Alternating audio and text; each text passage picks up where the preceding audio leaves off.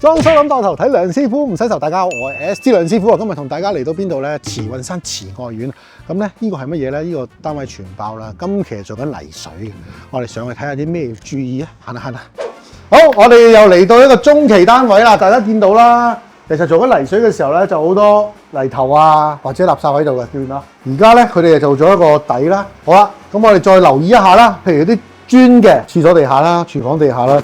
即係點解咧？其實鋪錯磚咧喺我嘅生涯裏邊咧，都成日發生，都唔係偶爾發生嘅，同埋好浪費嘅。仲有呢邊啦，呢邊睇到啦，廚房牆身啦，嗱，廁所牆身嗱，其實呢兩隻磚嘅顏色咧，真係好相似嘅。而家拆解一下點解大家會鋪錯磚咧？當兩隻磚咁相似嘅時候，加埋呢啲咁浪漫嘅光線咧，嗱，師傅就見到就嚟㗎啦，所以就成日情況就係、啲客會唔明啊，點解會錯？嗱，基於咁嘅情況就係啦。咁啊，當然啦，你話會唔會改善就係貼清楚俾佢睇咯。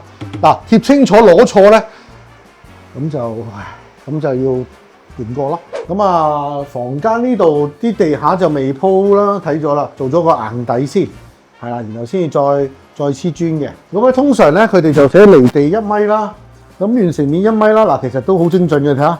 佢嚟個地下係加個磚面嘅啫，呢條線就係咁樣用嘅，大家見唔見到啊？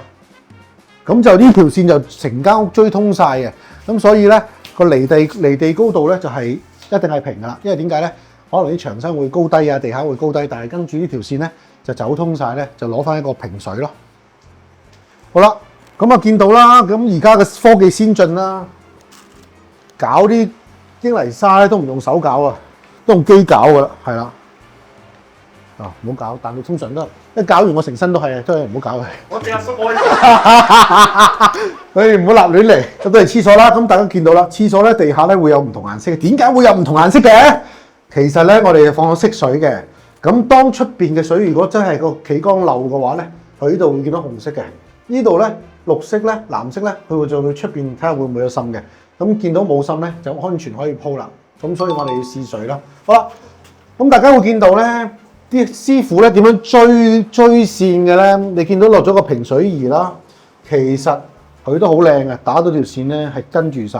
咁即係話咁樣追通咗第一件磚，或者做咗呢件磚先，再追通下面件磚，是但一樣啦。咁啊導致到咧成件事咧就變咗靚仔啦。所以咧啲磚咧就係咁樣一件一件鋪上嚟嘅。我哋睇下個廚房，好入到嚟廚房啦，見到呢件嘢啱啱送到啊，係啦，呢個就係個套通嚟嘅。套通係乜嘢咧？就係我哋嘅煤氣爐後面出街嗰個不鏽鋼通啊！咁呢件嘢咧，嗱首先要跟翻你自己個爐款啦，同埋睇下呢件嘢其實都暗沉沉或者係好舊啊，有機會入水嘅。咁所以通常我哋有時都會叫啲客人建議去更換佢咯。最好就喺鋪磚嘅之前要換啦。同埋咧作呢啲嘅時候咧，其實呢啲英泥沙咧一跌咗落街咧就變咗大件事，所以我哋建議都係搭棚嘅。有咩好處咧？另外個防水啊，所有嘢都容易做啊。其實你話做唔做到咧？以前係咁做，但係以前就還以前啊。而家咧通常都係搭棚做，因為點解咧？唔想真係有嘢跌咗落去，同埋咧想真係游得好少少咯。唔係因為交貨而交貨啦，係真係想大家做好少少咯。好多時候咧，啲朋友咧會話：喂，你個水喉窿做咩凹咗入去嘅？好多時候都會係沉咗少少入去嘅，有少少凹咗入去嘅。咁但係會點做咧？我哋通常會有個配件咧，係可以伸延翻少少出嚟嘅。所以呢個大家朋友唔需要特別太擔心，因為當然咧太深梗係唔得啦。但係調翻轉頭突出嚟又唔掂喎，突出嚟咧係冇得救嘅，係冇得 cut 嘅。cut 咗佢之後咧，呢嚿嘢就車唔到廢晒嗰個配件，所以大家要留意一下啦。好，咁今集咧同大家睇咗啦泥水咧，特別係啲磚嘅顏色好容易撈亂啦，個原因係乜嘢啦？咁另外就係個煤氣個套通啦，大家要留意啦。咁今集我哋分享係咁多啦，我哋下集再見，拜。如果大家中意呢類家居分享影片嘅話咧，記得 comment、share、like 同埋 subscribe 我哋啦。